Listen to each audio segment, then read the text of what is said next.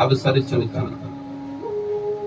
सिया राम जी जब वनवास गए तो मेरे हृदय के दो टुकड़े क्यों नहीं हो गए? इतने विलाप कर रहे हैं, मैं क्या उत्तर दूंगा? ऐसा सोचते सोचते सुमंत्र जी ने विचार किया कि मैं दिन में प्रवेश नहीं करूंगा, क्योंकि लोग मेरे को देखेंगे। इसलिए अवध प्रवेश कीन अंधियारे, पैठ भवन रत राखी द्वारे। शाम के समय अंधेरे में अयोध्या में प्रवेश कर रहे हैं। इधर सेवकों से महाराज दशरथ को पता चल गया कि सुमंत्र आए हैं। राजा दशरथ सुमंत्र से मिलने के लिए दौड़ पड़े, लेकिन शरीर इतना कृशकाय हो गया कि दौड़ नहीं पाए। दौड़ते दौड़ते बार बार गिर रहे हैं। इधर रानियों ने दशरथ को उठाया, सुमंत्र आए।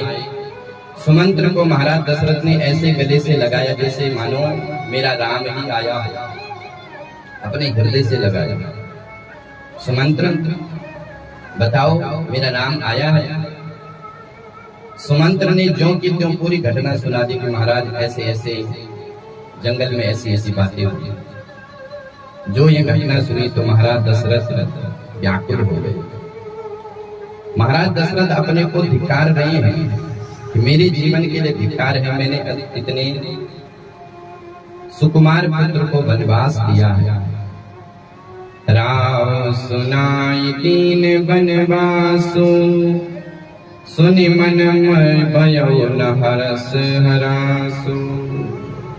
सो सुत बिछरत गई न प्राणा, को पापी बड़ मोह समाना।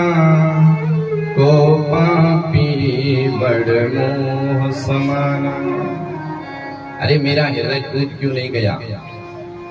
ऐसे राम को मैंने वनवास दिया, मेरे समान कोई पापी नहीं है। दशरथ जी बार बार अपने को धिक्कार रहे हैं। सुमंत्र जी बार बार समझा रहे हैं कि महाराज संभालिए अपने आप को, आप ही अब इस अयोध्या को संभालने वाले हैं। कौशल्या जी भी बार बार महाराज दशरथ को समझा रही है। कौशल्या जी को बड़ा कष्ट हो रहा है। कौशल्या जी कहती है कि महाराज राम रूपी ग्रह में सारी अयोध्या डूब रही है और आप ही इस अवध के कर्णधार हो। कर्णधार तुम अवध जहाज। कौशल्या बार बार समझा रही है। कौशल्या को एक आभास हो गया। कौशल्या मन में सोचती है कि मुझे लगता है कि अब सूर्य वंश का सूर्य अस्त होने वाला है, क्योंकि जब कोई व्यक्ति मरता है तो उससे पहले कुछ आभास हो जाता है, कुछ पता चल जाता है। तो कौशल्या समझ गई। कौशल्या बार बार महाराज को समझाती है कि महाराज आप धैर्य धारण करो, आप इस अयोध्या के कर्णधार हो और आपको अगर कुछ हो गया तो पूरी अयोध्या डूब जाएगी। दोनों रानी खड़ी है। महाराज सुमंत्र अपने ज्ञान से समझाने का प्रयास कर रहे हैं।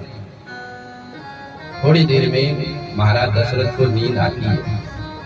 नींद आने के बाद एकदम से दशरथ की नींद एकदम से खुल जाती है। दशरथ जी एकदम से चौंक गए। महारानी कौशल्या ने कहा महाराज क्या हुआ? तो दशरथ जी कहते हैं कि महारानी मैंने एक स्वप्न देखा है। तापस अंध साप सुधि आई, कौशल्य ही सब कथा सुनाई। महारानी मैं जब जवान था तो मेरे को शिकार का बड़ा शौक था। एक बार मैं शिकार खेलने के लिए जंगल गया।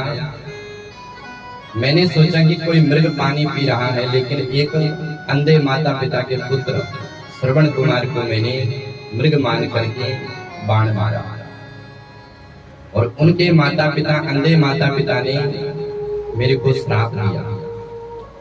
आज मेरे कानों में चारों तरफ से महल से आवाज आ रही है कि दशरथ जैसे हम अपने पुत्र के विरह में मर रहे हैं वैसे तुम्हें भी मरना पड़ेगा। महाराज दशरथ बार बार अपने कानों को बंद कर रहे। कौशल्या तुम मेरे पास आओ, मेरे को कुछ बताओ। और ऐसा कहते कहते महाराज दशरथ अब भगवान राम का नाम लेने लगे। हा रघुनंदन परान प्रीते, तुम बिन जियत बहुत दिन बीते। हा जानकी लखन हार गोवर, हा पितु हित चित चातक जलधर। हे रघुनंदन, तुम्हारे बिना